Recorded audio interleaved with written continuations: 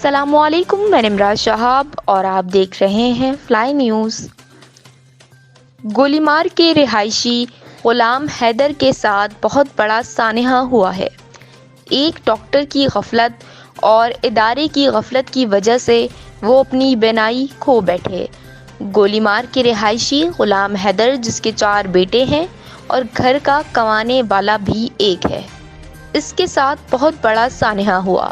ایک ڈاکٹر کی غفلت اور ادارے کی غفلت کی وجہ سے وہ اپنی بینائی کھو بیٹھے ہیں۔ ڈاکٹر مقبول جمالی نے آپریشن کیا اور دوران آپریشن آنکھ کا پردہ پھٹ گیا، جس کی وجہ سے آنکھ میں انفیکشن ہو گیا۔ نواب شاہ 0 پوائنٹ پر واقع ایرو اسپتال، جو کہ فری علاج کا بول کر پیسے لیتے ہیں اور کہتے ہیں کہ ڈاکٹر کراچی سے آئے ہیں، جبکہ ڈاکٹر نواب شاہ کے لوکل اور سول اسپتال سے بلوا کر آپریشن کرواتے ہیں۔